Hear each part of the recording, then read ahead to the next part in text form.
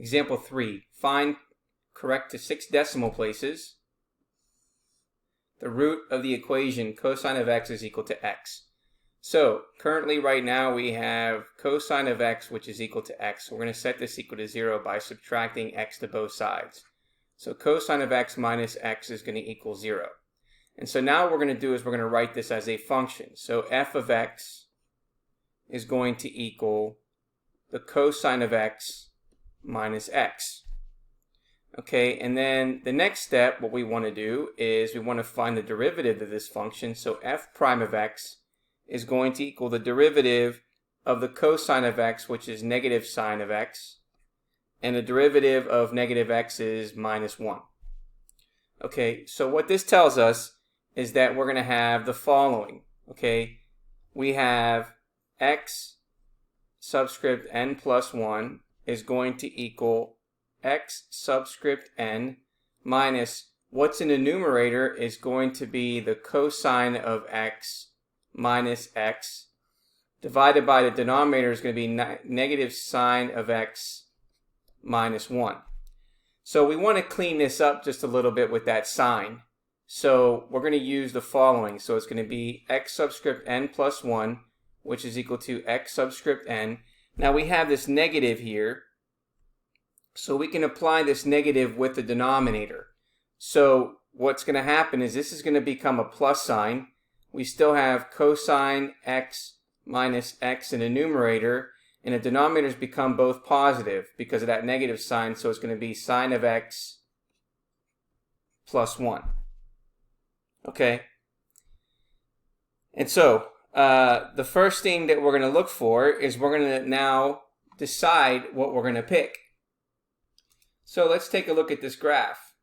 Okay, so our graph states the following. All right, so in order to guess a suitable value for x1, we sketch the graphs of y is equal to the cosine of x and y is equal to x, which is in the figure here. And it appears that they intersect at a point whose coordinate, x-coordinate, is somewhat close to the value of less than 1. Okay, so let's take x1 as a convenient first approximation, and then remembering to put our calculator in radian mode. Okay, so we're going to use Desmos since we can go to 6 decimal places on this. So we decided we're going to use 1. So therefore, we're going to say that x1 is going to equal 1.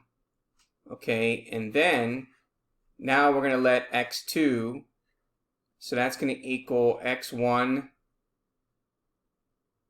plus the cosine of x1 minus x1 over the sine of x1 plus 1. Okay, knowing that x1 is going to be 1. So let's go ahead and do this on our calculator. All right, so in Desmos, what we can do is we're going to come in here and create a table. Okay, so over here, we're going to put in this is our x1, so we have x1, and it's going to be plus, and then in parentheses, we're going to put in the cosine of x1 minus x1, and then we're going to divide that by parentheses sine of x1, and that's plus 1. Okay, so now we have our table. So let me minimize this just a little bit so we can see just a little bit more here. Okay, so if we put in the value of 1, then we're going to get the following result. Okay, so we get the following, which is 0. And let's go ahead and put that number in here. We have 0.7503637. Okay, so that's what we get for the first one there. Okay, so now we're going to plug this in now. This is going to be our new value. So if we wanted to, then that means that now we want to find out what x3 is, right? And so that's going to be x2 plus the cosine of x2 minus x2 over the sine of x2 plus 1. And let's see what approximation that gives us. So again, this is an approximation. Okay, so let's go ahead and plug that in. So we have 0.7503638.7. Okay, and so now we get the following number. We get 0.7391128.9. So we get 0.7391128.9. Okay, now let's go to x4.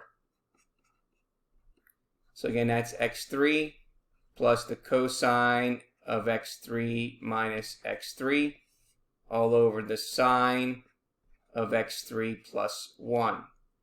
So we're going to put that value now in. So here, 0.7391128.9 now gives us 0.73908.513. So we get 0.73908.513. And let's go to here, x5, which is going to be x4 plus the cosine x4 minus x4 over the sine of x4 plus 1.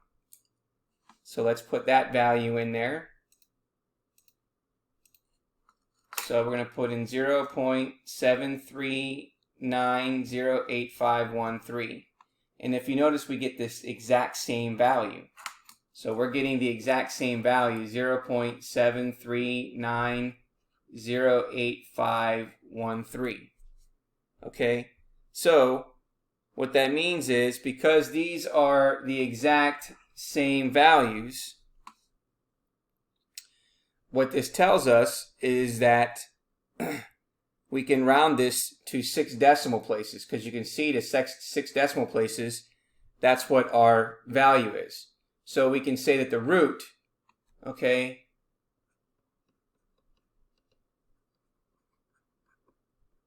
is 0.739085. Okay, and that's to 6 decimal places. Okay, now let's just say if we wanted to put this in our calculator. Okay, so I'll just show you the first step here if you want to use the TI-84. Okay, so here we're going to go ahead and go into y equals, and then if you want to clear all your graphs that you've had previously. So we're looking at this one right here. So we have cosine of x minus x. So we have cosine, let's see here, cosine of x, oops,